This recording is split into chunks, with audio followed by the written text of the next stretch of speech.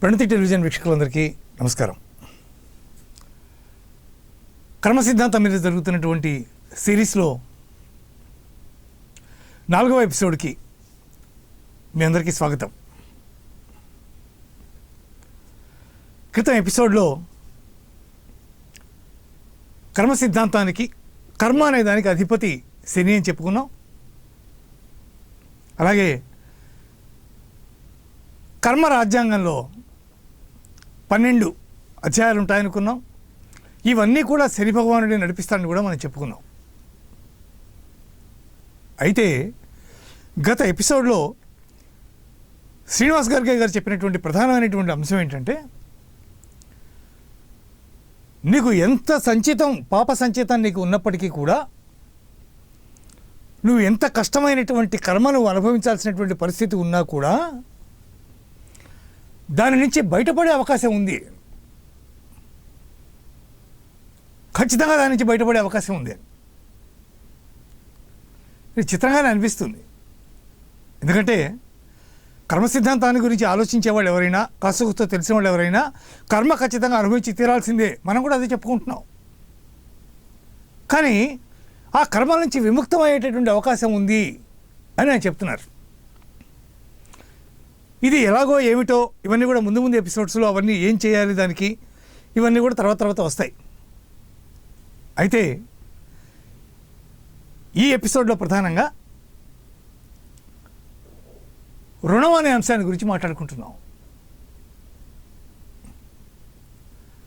ఎవరితో మాట్లాడేటప్పుడైనా, లేకపోతే ఎవరైనా సరిపోయినప్పుడు, ఎవరైనా ఇంట్లోంచి వెళ్ళిపోయినప్పుడు, అంటే పిల్లలు ఎవరైనా పారిపోయి ఇంట్లోంచి వెళ్ళిపోయినప్పుడు, లేదా ఏ భర్తకి భార్యో భార్యకి భర్త విడాకులు ఇచ్చినప్పుడు, ఇలా రకరకాల సందర్భాల్లో రుణం తీరిపోయింది, వెళ్ళిపోయాడు, ఎందుకు బాధపడతావు అని చెప్తాం మనం. అసలు ఏమిటి రుణం తీరిపోవడం అంటే ఏమిటి? పూర్వకాలంలో వచ్చినటువంటి మాట ఒకటి చెప్పుకుందాం. రుణానుబంధ రూపేణ సతీపుత్ర సుతాలయ అని చెప్పుకుంటాం.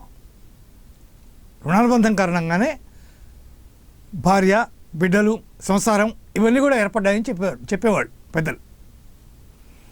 భార్య, బిడ్డలు, పిల్లలు, వీళ్ళు ఆస్తిపాస్తులు ఇవన్నీ కాదు, తల్లి, తండ్రి, తాతలు ఇవన్నీ కూడా రుణానుబంధ రూపేణ వచ్చినవే.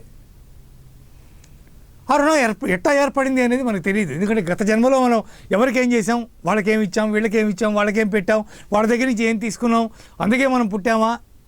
మీరు ఎవరికన్నా తెలుసో తెలియకో అవసరమయ్యో ఏదో ఒకటి డబ్బులు ఇస్తూ పోతున్నారనుకోండి, నా రుణం తీరే వరకు నాకు ఇది పోదురా, ఇది నేను ఇస్తూ ఉండాల్సిందే, ఈ రుణం ఎప్పుడు తీరుతుందో అనుకుంటాం. అట్లా ప్రతిదానికి కూడా రుణానుబంధం అనే దాన్ని మనం దాన్ని జత చేసుకుంటూ ఉంటాం.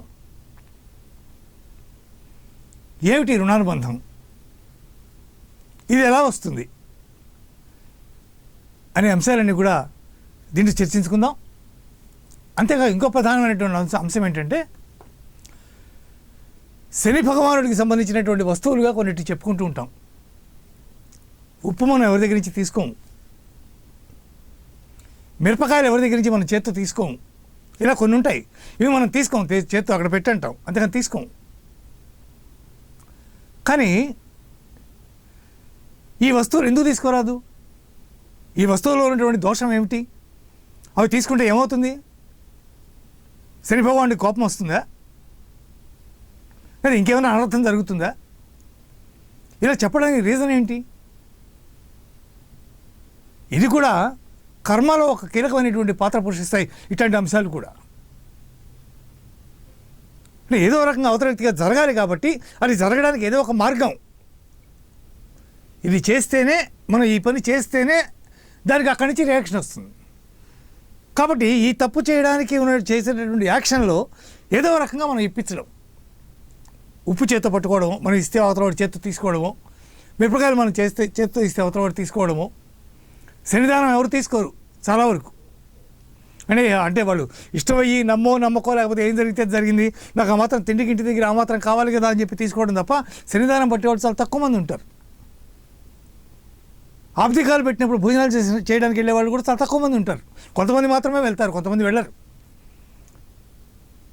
కారణం ఏంటంటే దాంట్లోంచి నేనేమన్నా సంచితం చేసుకుంటున్నానా, పాపాన్ని తెచ్చుకుంటున్నానా, చేయకూడని పని చేస్తున్నానా అనే లోపల ఒక రకమైనటువంటి ఫీలింగ్. అందువల్ల ఈ అంశాలన్నీ కూడా శ్రీనివాస్ గార్గే గారిని అడిగి సవివరంగా తెలుసుకుందాం ఈ ఎపిసోడ్లో. నమస్కారం గార్గే గారు. నమస్కారం. లాస్ట్ ఎపిసోడ్లో మీరు చెప్పారు చాలా స్పష్టంగా, కర్మఫలం సంచితం ఎంత ఉన్నా, పాపఫలం ఎంత ఉన్నా సరే దాని నుంచి బయటపడే అవకాశం ఉంది అని. ఇది ప్రధానమైనటువంటి ఇష్యూ. అయితే ఇది ఇప్పుడు కాకపోయినా ముందు ముందు ఎపిసోడ్స్లో వీటన్నిటికీ సమాధానాలు, పరిష్కారాలన్నిటికీ వస్తాయి. అయితే ఇంకో ప్రధానమైనటువంటి విషయం ఏంటంటే, కర్మఫలంలో రుణానుబంధం అనేది ప్రధానంగా వస్తూ ఉంటుంది. అసలు ఏమిటి రుణానుబంధం? భార్య, భర్త, పిల్లలు, తల్లి, తండ్రి, చుట్టాలు, పక్కాలు, స్నేహితుడు, అందరూ, ప్రతి ఒక్కళ్ళు, ఆఖరికి ఉద్యోగంతో సహా ప్రతిదీ అన్ని రుణానుబంధమే. ఏమిటి రుణానుబంధాలు? Number 1 question. నెంబర్ 2, కొన్ని వస్తువులు తీసుకోరాదు అంటారు. ఉప్పు కానీ, మిరపకాయలు కానీ ఇట్లాంటివి తీసుకోరు, చేత్తో అక్కడ పెట్టేళ్ళు అంటారు. తీసుకుంటే ఏమవుతుంది? ఓకే, ఇది చాలా పెద్ద సందేహం చాలామందికి. ఎందుకు తీసుకోకూడదు? తీసుకుంటే ఏమవుతుంది? శని భగవానుడి రూపంగా కొంతమంది చెప్తారు, అది అవునో కాదో తెలియదు, మీరే చెప్పాలి. కాబట్టి ఈ 2 ప్రధానమైనటువంటి అంశాలని కూడా సవిస్తరంగా చెప్పమని కోరుతున్నాను. మీరు రుణానుబంధం అని అడిగారు. మరి మీరు తెలిసి అడిగారో తెలియక అడిగారో తెలియదు, కానీ ఒక విధంగా ఈ విధి రాజ్యాంగానికి సంబంధించిన మొదటి అధ్యాయమే అది. రాజ్యాంగానికి సంబంధించిన మొదటి అధ్యాయమే రుణానుబంధం, ఈ అధ్యాయానికి పేరు. కనుక మనం ఈ భూమి మీదకి వస్తున్నాం, ఎన్నో జన్మలు మోసుకొని వస్తున్నాం, పాపపుణ్యాలు సంచితాలన్నీ కూడా మూట కట్టుకొని వస్తున్నాం. అంతకుముందు ఎక్కడో మరణం జరిగింది, తిరిగి మరొక చోట జననం జరగాల. మరి మరొక చోట జననం జరగాలంటే మరొక వ్యక్తికి కడుపున పుట్టాలి. మరి ఆ కడుపున పుట్టాలంటే అతనికి, ఈ వ్యక్తికి ఆ రుణం అనేది ఉండబట్టే వస్తాడు. కనుక మీరు అడిగినటువంటి మొదటి ప్రశ్న రుణం అనేది రాజ్యాంగంలో మొదటి అధ్యాయానికి సంబంధించింది. దీని మీద రుణము అంటే ఇరువురు వ్యక్తుల మధ్య ఉన్నటువంటి బంధం ఉండొచ్చు, అప్పు అని ఉండొచ్చు, రకరకాలుగా ఉండొచ్చు. ఇక్కడ రుణానుబంధం అనే విషయంలో జ్యోతిష్ శాస్త్రంలో ప్రత్యేకంగా లగ్నం నుంచి 6వ స్థానం తీసుకుంటాం. రుణము, రోగము, శత్రువులు అంటారు. రుణము, రోగము, శత్రువులు. ఇరువురు మిత్రులు ఉంటారు. చాలా కాలం పాటు వాడు బాగా వెరీ బూజం ఫ్రెండ్స్. ఆ తర్వాత ఏదో ఒక సన్నివేశం వచ్చింది, ఇద్దరి మధ్య కొంత మాట పెరిగింది. అంతటితో వారి మధ్య ఆ మిత్ర బంధం అనేది తెగిపోయింది. ఆ రుణం అంతవరకే ఉంది. అయితే ఆ మిత్ర బంధం తెగే సమయంలో బికి ఒక 4 లక్షల రూపాయలు డబ్బు ఇచ్చాడు. 4 లక్షలు బి తీసుకున్నాడు. ఎలాంటి పత్రాలు గిత్రాలు లేవు. ఇప్పుడు ఎప్పుడైతే బంధం తెగిపోయిందో, నీవు నాకు 4 లక్షల రూపాయలు ఇస్తానన్నా అతను ఇవ్వడు, ఇంతటి అయిపోయింది. అక్కడ 4 లక్షల రూపాయలు ఇతను గత జన్మలో అతనికి బాకీ ఉండి ఉంటాడు, అందుకే అది జరిగింది అని మనం ఆలోచన చేస్తుంటాం. సహజంగా దీని గురించి అలాగే చెప్పుకుంటాం కూడా. కానీ ఈ జన్మలో జరిగి వచ్చే జన్మలో తీర్చుకోవడానికి ఇతను మళ్ళీ అక్కడ పుట్టొచ్చుగా. అది ఉండదు, వైనాట్, తప్పకుండా ఉండొచ్చు. అయితే ఇలాంటి సమయాలలో శని ఆలోచన చేస్తుంటాడు. ఇక్కడ మరణం జరిగింది అంటే ఇతను మరి రెడీగా మరొక చోట ఒక దేవజన్మ ఇవ్వటమా, లేక ఒక జంతు జన్మ ఇవ్వటమా, అగైన్ ఒక మానవ జన్మ ప్రసాదించటమా అనేటువంటిదంతా కూడా ఆ లిస్ట్లో ఒక పెద్ద డేటా ఉంటుంది. ఆ డేటా ఆ రాజ్యాంగానికి సంబంధించిన అధిష్టాన దేవత శని భగవానుడు గనక, ఆయన యొక్క చెప్పు చేతుల్లోనే అంతా ఉంటుంది కనుక రెడీగా ఇక్కడి నుంచి జన్మ పూర్తి కాగానే మరొక జన్మ. అయితే ఇక్కడ మనం ఆలోచన చేయవలసింది ఏంటంటే, శని మన భూమి మీదకి తీసుకొచ్చేసాడు. భూమి మీదకి తీసుకొచ్చాడంటే ఒక చోట జన్మం జరిగిందని. ఇక్కడ పాయింట్ వైజ్ జ్యోతిష్ శాస్త్రపరంగా అనేక మందికి సందేహాలు ఉంటుంటాయి కనుక వారి సందేహాలను నివృత్తి చేసే విధంగా కూడా ఈ మొదటి అధ్యాయాన్ని తీసుకొస్తా. ఇక మీ కడుపున అబ్బాయి పుట్టాడు. మీకు అబ్బాయికి ఆ బంధం ఉంది కనుక ఆ పేగుబంధం ఉంది కనుక జననం జరిగింది. అల్లాన ముద్దుగా పెరుగుతున్నాడు. 10th క్లాస్ దాకా చదివాడు. ఎక్కడా కూడా అతను ప్రతి దాంట్లో కూడా 80, 90, 95%తో మార్క్స్తో వస్తున్నాడు. కానీ ఒక ఫైన్ డే ఏం జరిగిందంటే తండ్రి ఏదో ఒక చిన్న మాట అన్నాడు. అప్పుడు తండ్రి ఏ మాట అన్నాడో తల్లి కూడా అదే మాటనే రిపీట్ చేసింది. కానీ అబ్బాయిని ఏం అనవక అని తల్లి అనలే. సో ఆ వయసులో అతనికి అనిపించింది, అమ్మ నాన్న ఇద్దరు నన్ను కక్షపూరితంగా అరిచారు అనుకున్నాడు. వెళ్ళిపోయినాడు, రైలు ఎక్కాడు. ఏదో కొంతకాలం పాటు ఎక్కడెక్కడో తిరిగాడు, హోటల్లో అంటు దొమ్మాడు, అడ్జస్ట్ చేశాడు. ఆ తర్వాత కొన్ని సంవత్సరాల వీడు దేశం అంతా తిరిగారు. వీరికి ఎక్కడైతే తిరగాలనుకున్నారో అంతా గాలించారు. 1 సంవత్సరం ఏడ్చారు, 2 సంవత్సరాలు ఏడ్చారు, తర్వాత మానిపోయింది. కానీ ఆ తర్వాత 15 సంవత్సరం 20 సంవత్సరాలతో ఒక్కోసారి రావచ్చు. అట్లా వచ్చిన ఘట్టాలు కూడా ఉన్నాయి. ఒక్కోసారి రాకుండా ఒక నెల రోజుల తర్వాత ఎక్కడో శవమై తెలిపోయిన వాడు కూడా ఉంటాడు. ఇది ఒక చిన్న ఉదాహరణ మాత్రమే. అంటే ఇంట్లో నుంచి అతను పారిపోయినాడు, చెప్పా పెట్టకుండా పారిపోయినాడు. వెళ్ళటం సమయంలో ఎలాంటి డబ్బులు కూడా తీసుకోపోలే. కొంతమంది డబ్బు కూడా తీసుకోపోయేవారు ఉంటారు. పేగుబంధం పెంచుకున్నటువంటి ఆ బిడ్డ ఇంటి నుంచి పారిపోయినాడు. రెండవది ఏంటంటే 10th క్లాస్ వరకు చక్కగా చదివాడు. ఇంటర్మీడియట్లో అక్కడ 94% బాగా మార్కులు వచ్చాయి. ఆ తర్వాత నేను స్కూల్కి వెళ్ళాలని మానేశాడు. మానేసి ఇంటి పట్టునే ఉండటం మొదలుపెట్టాడు. అంటే ఆ విద్యా వ్యవస్థతో ఇతనికి బంధం కట్టయిపోయింది. అక్కడ కూడా రుణాల బంధం లాంటిది. నిద్ర లేవగానే పోవటం, స్కూల్ పోవటం, ప్రధాన ఉపాధ్యాయుల గారు కనపడటం, ఆ స్కూలు వ్యవహారం అంతా ఉంటుంది. కనుక ఆ ఎడ్యుకేషన్ కల్చర్ ఏదైతే ఉంటుందో దాన్ని కంప్లీట్గా వదిలేసి బయటకు వచ్చేసాడు. ఇలాంటి పిల్లలు కూడా ఉన్నారు.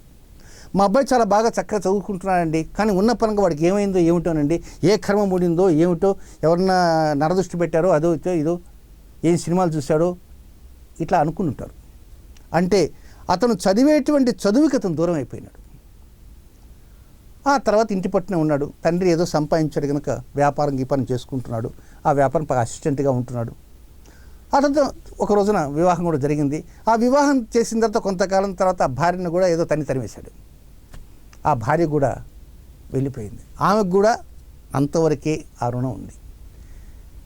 ఆ తర్వాత ఇతను కూడా వెళ్తున్నాడు. ఏదో ఒక రోజున బైక్ మీద యాక్సిడెంట్ అయింది. ఇతను కూడా ఈ లోకం నుంచి పైకి వెళ్ళిపోయాడు. ఇన్ని విషయాలు ఎందుకు చెబుతున్నానంటే ఆ దంపతులకి కలగటం ఒక రుణం. ఆ రుణం ఉన్నంత వరకు మాత్రమే ఆ అమ్మా నాన్నలతో ఉండగలిగాడు. ఎప్పుడైతే తల్లిదండ్రులతో ఆ రుణం తీరిపోయిందో మరుక్షణం వెళ్ళిపోయాడు. ఆ మరుక్షణం వెళ్ళిపోవటానికి ప్రధాన కారణం తల్లిదండ్రులు నిందించడమే. అతను ఇంత నెత్తినోరు బాదుకున్నా కూడా లాభం లేదు. అంటే ఆ క్షణం వరకు తల్లిదండ్రుల సరసన ఉన్నటువంటి ఆ వ్యక్తి వెళ్ళిపోయాడు, రుణం తీరిపోయింది. అలాగే విద్యా వ్యవస్థ రుణం తీరిపోయింది. అందుకే పాఠశాలకు వెళ్లకుండా తల్లిదండ్రులు వాళ్ళని అతన్ని నిందించడం కూడా కర్మ ప్రేరేపణ. అదే ఇదంతా నెక్స్ట్ వస్తుందన్నమాట. అంటే అంతవరకు మాత్రమే ఆ రుణం ఉంది. ఎప్పుడైతే ఆ రుణం తీరిపోవడానికి సిద్ధమైందో వెంటనే అమ్మా నాన్నలు ఏదో ప్రకారంగా అతను నిందించేటువంటి ప్రయత్నం కూడా శని చేతే చేయబడుతుంది. శని ఎవరి చేత? శనికి ప్రియమిత్రుడైన బుధుడు. కనుక తండ్రికి ఏమిటంటే తన బుధుడు ఏదో ప్రకారంగా కుమారుణ్ణి ఆప్యాయంగానే, ఆ అభిమానంతోనే, తర్వాత అతని మీద ఉన్న ప్రేమ వాత్సల్యంతోనే అరిచాడు, చెడిపోతున్నాడేమో అని. కానీ ఆ అరిచింది ఆ అబ్బాయి అర్థం చేసుకోలేక వెళ్ళిపోయాడు. అదే ప్రకారంగా ఆ భార్య కూడా ఆ రుణం తీరిపోయింది, వెళ్ళిపోయింది. చివరికి ఈ లోకాన్ని విడిచి వెళ్ళిపోయాడు. మరి భూమి మీదకు తీసుకొచ్చిన వ్యక్తి శనిగ్రహమే, విధి నిర్మాత. ఇప్పుడు కొత్త పేరు జోడించాం. మరి ఆ విధి నిర్మాత తీసుకొచ్చాడు. ఆ తర్వాత ఎంతకాలం ఉండవలసి వచ్చిందో అంతకాలం చూశాడు. అయిపోయింది. ఆ పక్వానికి చెందినటువంటి కర్మలన్నీ కూడా చేశాడు. ఇంకా వచ్చే నెల 5వ తేదీ మధ్యాహ్నం 3:14 వరకే, టూకీగా చెబుతా టైం, నీకు భూమి మీద ఉంది, నూకలు ఉన్నాయి అని అనుకున్నాడు. 3:14 తర్వాత ఒక ఒక యాక్సిడెంట్ జరిగింది, యాక్సిడెంట్లో మరణించాడు, వెళ్ళిపోయాడు. అంటే భూమి మీదకు తీసుకొచ్చినవాడు శనే, తిరిగి భూమిలోకి తీసుకుపోయినవాడు కూడా ఈ విధి నిర్మాత. కనుక శని ఈ రోజున మనం భూమి మీద తిరగలుగుతున్నామంటే ప్రధాన కారకుడు శని. తర్వాత మనం ఈ యొక్క తనువు చాలించి వెళ్ళిపోతున్నాము అంటే దీని కూడా శని. అందుకే శని ఆయుష్ కారకుడు అంటాం. బట్ ఆయుష్ కారకుడు అంటే ఆయుష్ని పోస్తున్నాడు, ఆయుష్ని తీయటం కాదు, ఆయుష్ని పోస్తున్నాడు. ఏదో ప్రకారం మనకు పోస్తున్న బట్టి మనం బ్రతుకుతున్నాం. కానీ ఇందాక మీరు ఒక మాట అన్నారు వస్తువుల గురించి. ఇక్కడ భూమి మీదకు తీసుకొచ్చాడు, భూమి మీద అతన్ని కొంతకాలం పాటు బ్రతకనిచ్చాడు, తిరిగి అతను సమయం దాటిపోగానే భూమిలోకి తీసుకుపోయినాడు. ఇక్కడ భూమి అంటే మట్టి. అందుకే ఇందాక మీరు ఉప్పు మిరపకాయ చెప్పారు. ఈ రెండు కాకుండా మూడవది ఉంది. ఇది నేను ఒక విషయం చెప్తే అందరూ ఇప్పుడు ఆశ్చర్యపోతారు కూడా. ఎవరైనా మట్టి ఇస్తే మనం వెంబడి తీసుకోకూడదు. ఇది అనుభవానికి ఒక చిన్న ఎగ్జాంపుల్ చెప్తా. అమరావతికి శంకుస్థాపన ముహూర్తానికి ఒకరు పెట్టారు ముహూర్తం. నేను ఆ ముహూర్తాన్ని ఖండించా. ఈ ముహూర్తం మంచిది కాదు అన్న, వద్దు దీనివల్ల సమస్యలు ఉన్నాయి అన్న. నేను చెప్పిన వీడియో ఏదైతే ఉందో అది ఆ డిస్క్రిప్షన్లో ఆ లింక్ కూడా ఇస్తాను, చూడొచ్చు. ఆ తర్వాత నరేంద్ర మోడీ గారు వచ్చారు. నరేంద్ర మోడీ గారు వస్తూ వారు నీళ్లు మట్టి రెండింటిని తీసుకొచ్చారు. మట్టిని తీసుకొచ్చిన వ్యక్తి సాక్షాత్తు ప్రధానమంత్రి, స్వీకరించిన వ్యక్తి చంద్రబాబు నాయుడు గారు, ఆనాటి ముఖ్యమంత్రి. ఇన్ కేసు ముఖ్యమంత్రి గారికి చంద్రబాబు నాయుడు గారికి వారు మట్టిస్తున్నారే అక్కడ పెట్టు అంటే బాగుండదు. స్వీకరించారు. ఆ తర్వాత ఏం జరిగింది అనేది మనకు విదితమే.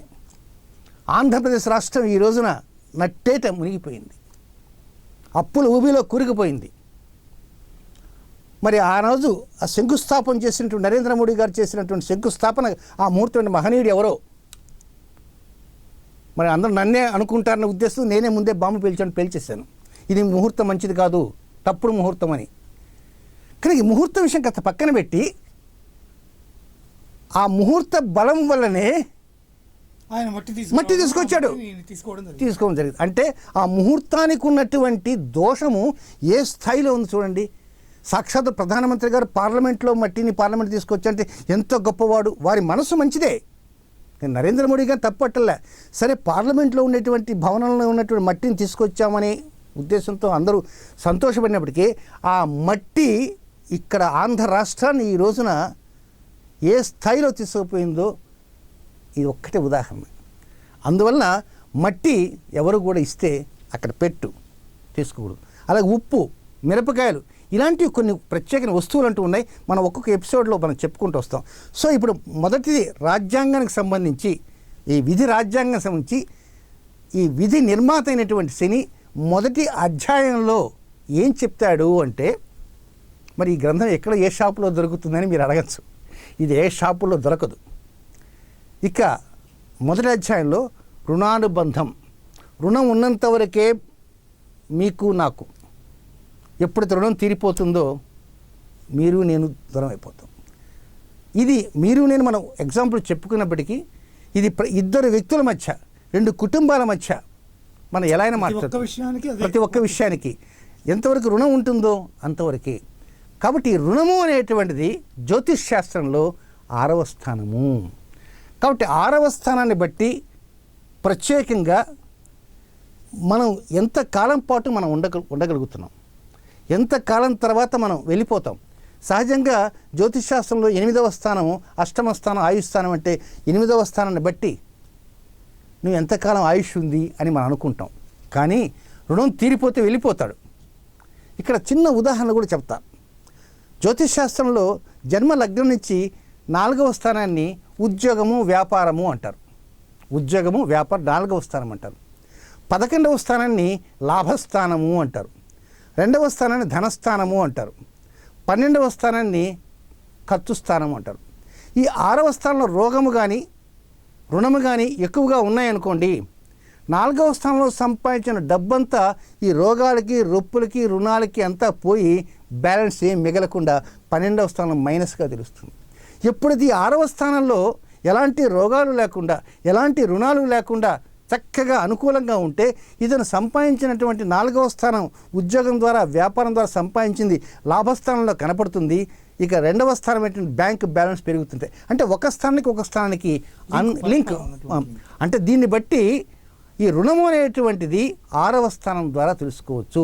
ఈ 6వ స్థానం ద్వారా మరణం కూడా పరోక్షంగా తెలుసుకోవచ్చు. కేవలం మరణం అనగానే 8వ స్థానానికి వెళ్ళకూడదు.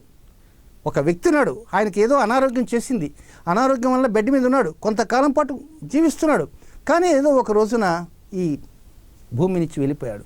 కనుక ఆ భూమి మీదకి తీసుకొచ్చేటువంటి శని తిరిగి మన భూమి లోపలికి తీసుకుపోయేటువంటి వాడు కూడా శని గ్రహం. అయితే ఇక్కడ మనం ఫైనల్గా ఏం తెలుస్తున్నామంటే, మనం ఏ నక్షత్రంలో పుట్టాం, ఏ లగ్నంలో పుట్టాం, మనం పుట్టినప్పుడు మనకు శని ఎంత దూరంలో ఉన్నాడు, అక్కడి నుంచి మనం వెళ్ళాలి. అంటే ఇదంతా ఒక పండితులు వారు ఉన్నారు. పండితుల వారు ఉన్నప్పుడు ఒక అబ్బాయి జాతకం చూసి ఆ తండ్రి అడిగాడు, ఏమండి మా అబ్బాయి డాక్టర్ కావాలనుకుంటున్నాడండి అని.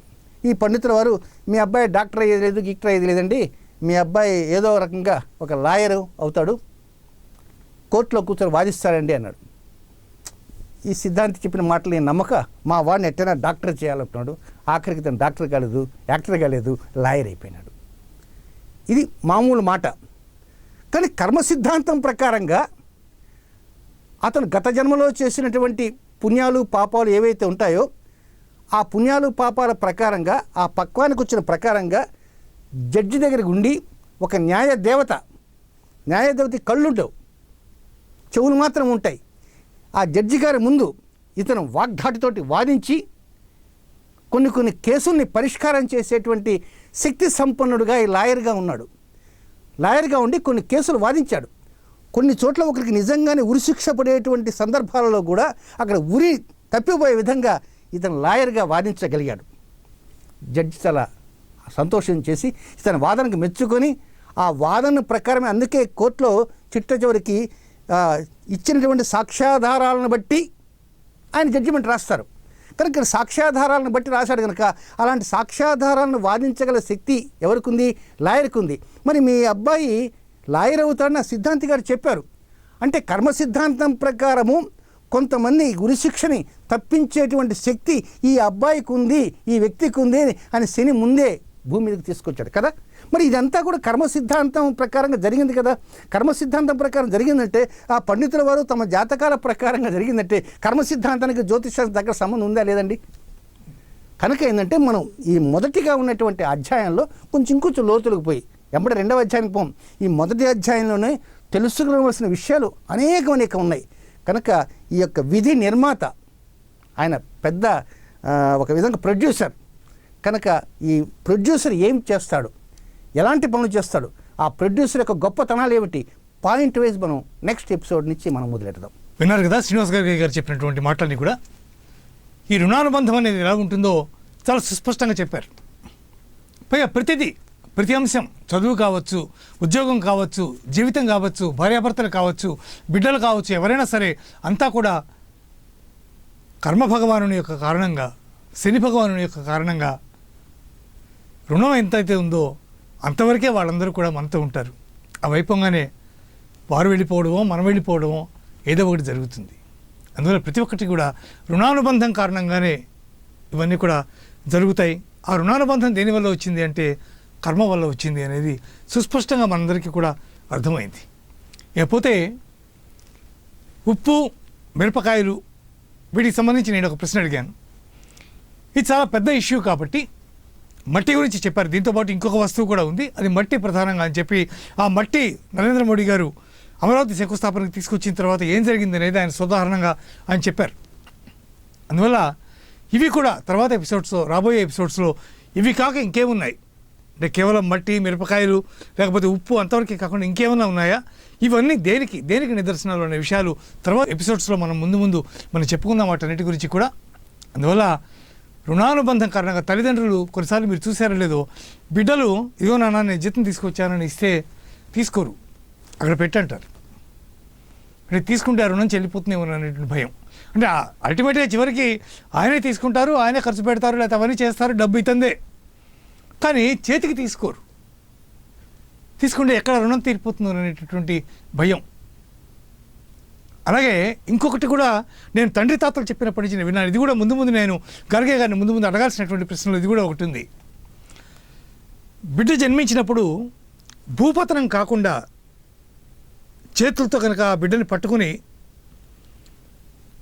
ప్రశ్నిస్తే అతను ఎందుకు వచ్చాడో ఏమవుతాడో అవన్నీ అతనికి తెలుసునని అని చెప్పేవాడు పెద్దలు. నేను మా తాతగారి దగ్గర నుంచి విన్నా ఈ మాట. అయితే ఎంతవరకు వాస్తవం అనే దానికి నిరూపణలు ఏమీ లేవు. కానీ నిజంగా అంటే భూపతనం అయి భూస్పర్శ కలిగే వరకు వాళ్ళకి పూర్వజన్మ పరిజ్ఞానం వాళ్ళకు ఉంటుంది. ఆ భూపతనం అయిన తర్వాత ఆ స్పర్శ తగలంగానే పోతుంది అని అంటారు అనేవాళ్ళు. నేను శ్రీపాటికి అడగాల్సింది, నాకు సడన్గా ఇప్పుడు నాకు స్ట్రైక్ అయింది ఈ రుణానుబంధం వచ్చేసరికి. ముందు ఎపిసోడ్స్లో డెఫినెట్గా అడగాల్సినటువంటి ప్రశ్నలు అది కూడా ఒకటి ఉంది. అందువల్ల ఏదైనా సరే రుణానుబంధ రూపేణా మాత్రమే ఇవన్నీ జరుగుతాయనేది చాలా క్రిస్టల్ క్లియర్గా మనకి చెప్పడం జరిగింది. అందువల్ల అంటే ఇది ఎవరిని భయభ్రాంతులు చేయడం కోసం కానీ లేకపోతే ఎవరిని మానసికంగా ఇబ్బంది పెట్టడం కోసం కానీ చేస్తున్నవి కావు. మనం ఏమిటి అనేది తెలుసుకుంటే ఒక రకమైనటువంటి వైరాగ్య స్థితి మనకు ఏర్పడుతుంది. ప్రతి చిన్న విషయానికి కోపం తెచ్చుకోవడం, ప్రతి చిన్న విషయానికి ఆవేశం తెచ్చుకోవడం, ప్రతి చిన్న విషయానికి 10 మందిని అరవడం, లేకపోతే 10 మందిని దూషించడం, ఇట్లాంటి వ్యవస్థల నుంచి మనం దూరంగా ఉండడానికి ఇవన్నీ కూడా సహకరిస్తాయి. ఎందుకంటే ఇవన్నీ మన చేతిలో ఉండేటటువంటివి కావు. ఒక కవి చెప్తాడు ఎక్కడో చోట, వాడు నన్ను నిందించాడు కదా, నువ్వు ఎందుకు ఇంత ఆనందంగా ఉన్నావు అని అడిగితే, వాడు నన్ను తిట్టి సంతోషపడుతున్నాడు అనేటటువంటి సంతోషం నాకు కలిగింది అంటాడు. వాడు నన్ను తిట్టడం ద్వారా వాడు ఆనందం పొందుతున్నాడు, వాడికి ఆనందం కలిగిస్తున్నాడు అనే తృప్తి నాకు ఉంది కదా, ఎందుకంటే ఏం కావాలంటాడు. అందువల్ల ఈ అవేర్నెస్ పెరిగిన కొద్దీ తాత్విక చింతన స్టార్ట్ అయిన దగ్గర నుంచి వీటన్నిటి గురించి డీప్గా లోపలికి వెళ్ళి మనం తెలుసుకోవడం మొదలెట్టిన దగ్గర నుంచి ఇవన్నీ కూడా చాలా సాధారణమైనటువంటి అంశాలుగా కనిపిస్తాయి. ప్రతిదానికి రియాక్ట్ అవ్వం, వాక్కొని అనుకుంటాం. ఆ స్థితి రావాలి. అంటే ఎవరిని రిటార్ట్ ఇవ్వద్దని, వాడేదో పిచ్చి పిచ్చిగా మాట్లాడుతుంటే సహించమని కాదు దాని అర్థం. కొన్ని సందర్భాల్లో దాన్ని అర్థం చేసుకుని అవతల వ్యక్తితో మాట్లాడడం అనవసరం అనుకున్నప్పుడు పిచ్చి పిచ్చిగా వారి నుంచి గొడవలు పెంచుకోవడం కాకుండా వాడితో మాట్లాడకుండా ఉండడం ద్వారా సమస్య పరిష్కారం మనమే తెచ్చుకుంటాం. అందువల్ల ఒక రకమైనటువంటి వైరాగ్య స్థితి, ఇందాక నేను ఇంట్రడక్షన్లో చెప్పినట్టుగా తామరాకు మీద నీటి బొట్టు లాంటి స్థితి గ్రాడ్యువల్గా ఏర్పడుతుంది. అది వచ్చిన రోజున ఏవి మనల్ని చేయలేవు. కష్టం కానీ సుఖం కానీ రెండింటికి ఒకే రకంగా ఉండే స్థితి మనకు ఏర్పడుతుంది. అందువల్ల అత్యంత విఘ్నులైనటువంటి ఆడియన్స్ అందరూ కూడా అటువంటి మంచి స్థితి తెచ్చుకోవాలని, సంపూర్తిగా జ్ఞానధనాన్ని పొందాలని ఆకాంక్షిస్తూ సెలవు.